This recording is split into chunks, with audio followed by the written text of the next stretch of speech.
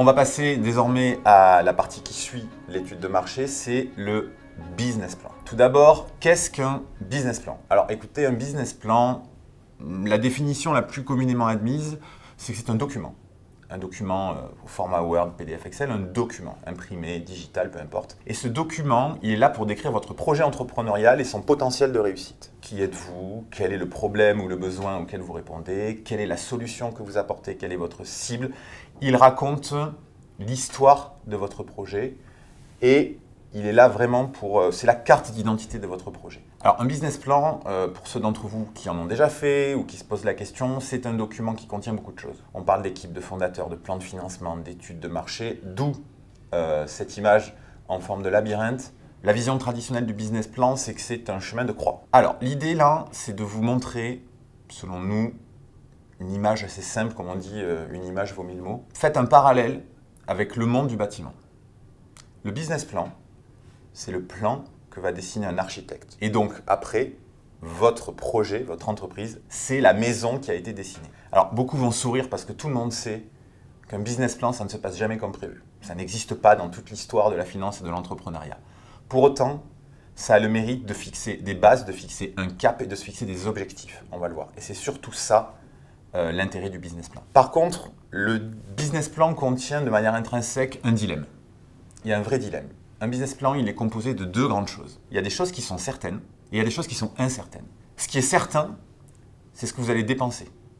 Si vous prévoyez dans votre business plan de dépenser 10 000 euros en marketing, soyez-en sûr, vous dépenserez ces 10 000 euros. Parce que c'est vous qui avez le contrôle sur ce que vous dépensez. Donc ça, c'est ce qui est certain. Après, il y a ce qui est incertain. C'est ce que vous allez encaisser. C'est-à-dire, est-ce que vous allez faire le chiffre d'affaires? Est-ce que vous allez avoir l'activité que vous escomptez? Donc, il faut jongler sur ce dilemme, le certain et l'incertain. Et évidemment, vous l'avez compris, c'est ce qui est marqué en bas du slide, ce qui est le plus déterminant pour l'avenir, ce qui est le plus déterminant pour votre propre avenir et celui de votre entreprise, c'est précisément ce qui est incertain. C'est-à-dire, est-ce que vous allez réussir à réaliser le chiffre d'affaires que vous avez prévu? Je vous renvoie, et encore une fois, j'insiste, la première partie de tout à l'heure. Votre client. Vous devez réduire l'incertitude sur le chiffre d'affaires. Et le meilleur moyen de réduire l'incertitude sur le chiffre d'affaires, c'est d'avoir vu un maximum de clients avant pour comprendre leurs besoins et proposer le produit et le service qui deviendra irrésistible pour eux. À quoi sert un business plan? Alors un business plan, ça sert à trois choses. Ça sert à convaincre, ça sert à se confronter à la réalité. Si, à se confronter à la réalité. Je sais qu'on parle de prévisionnel, mais vous allez voir pourquoi. Est-ce que ça sert à se confronter à la réalité, même si c'est du prévisionnel?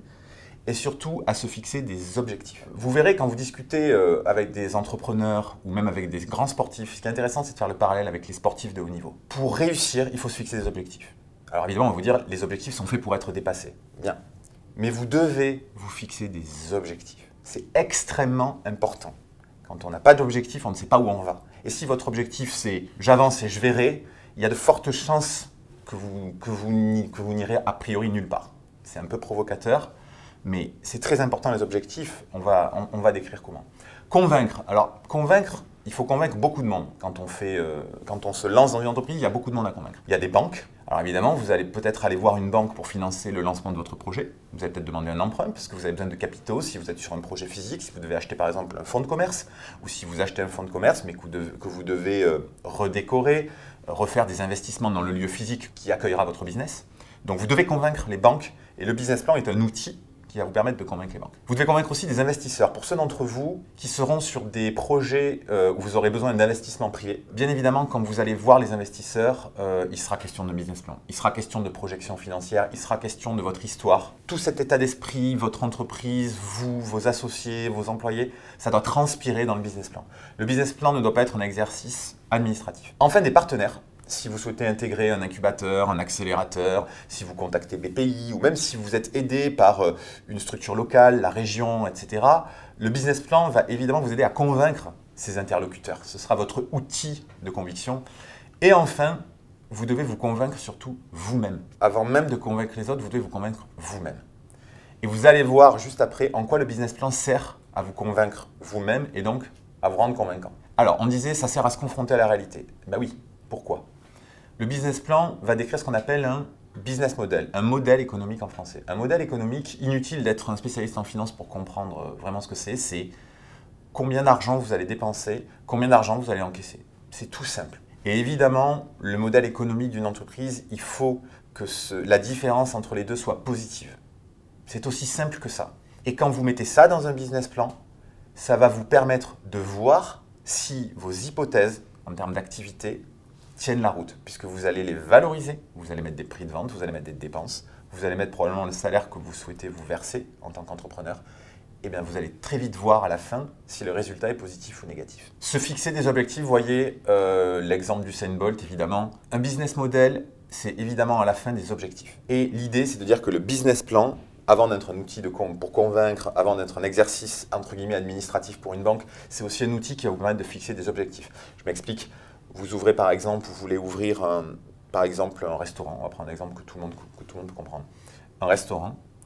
À la fin de votre business plan, vous allez avoir un prévisionnel financier sur 3 ans. Et dans ce prévisionnel, pour que ça tienne la route, si je puis dire, vous allez dire, bon ben voilà, la première année, il faut que je réalise 10 couverts par jour le midi. C'est ça un business plan.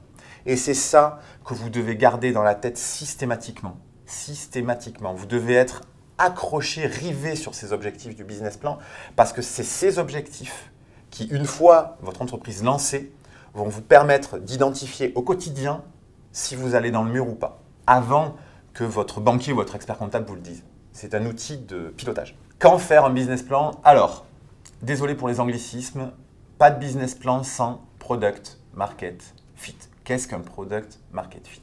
J'ai une idée de produit ou de service. Cette idée, je la soumets au marché, comme on a vu tout à l'heure. Je rencontre des clients, je propose ce produit et ce service à un prix. À partir du moment où mes interlocuteurs, mes clients adhèrent à mon produit, l'achètent, que mon produit a un premier succès, là, je peux commencer à me poser et à faire un business plan.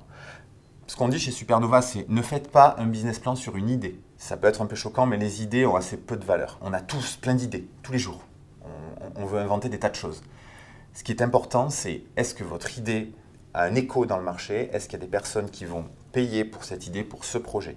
Et une fois que vous avez fait la preuve de ça, même si vous avez fait payer ne serait-ce que 10 clients, si on prend l'exemple tout à l'heure d'une personne qui aurait une idée de créer un centre de bien-être ou même de faire du bien-être à domicile, par exemple des cours de yoga. Si vous avez réussi à réaliser 10 cours de yoga, alors là vous pourrez dire ok, il y a bien un marché.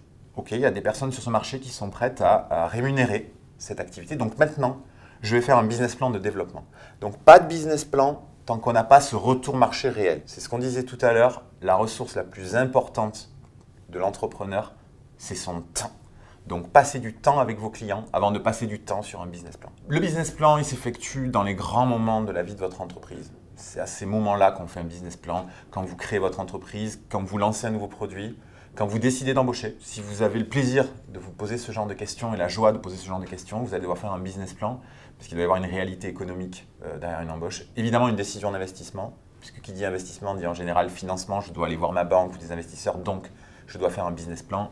Comment faire un business plan? Alors écoutez, le comment, selon nous, ce n'est pas la partie la plus intéressante, mais retenez que vous avez 3 options pour faire un business plan. Vous pouvez trouver sur le web des modèles, des fichiers, la plupart du temps gratuits. C'est des modèles vraiment disponibles directement sur le web qui s'appuient sur des outils bureautiques, des outils Excel, Word et PDF.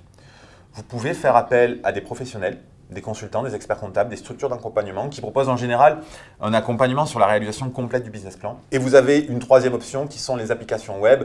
Donc c'est ce qu'on appelle les plateformes SaaS, Service as a Software, qui vous permettent de réaliser un business plan en ligne de manière totalement autonome et pour un bon rapport qualité-prix. Je vais laisser la parole à Catherine qui va vous parler de comment élaborer une stratégie marketing et commerciale au lancement de l'activité. Et vous verrez que le marketing est parfois à la base du succès avant même le produit, avant même le service.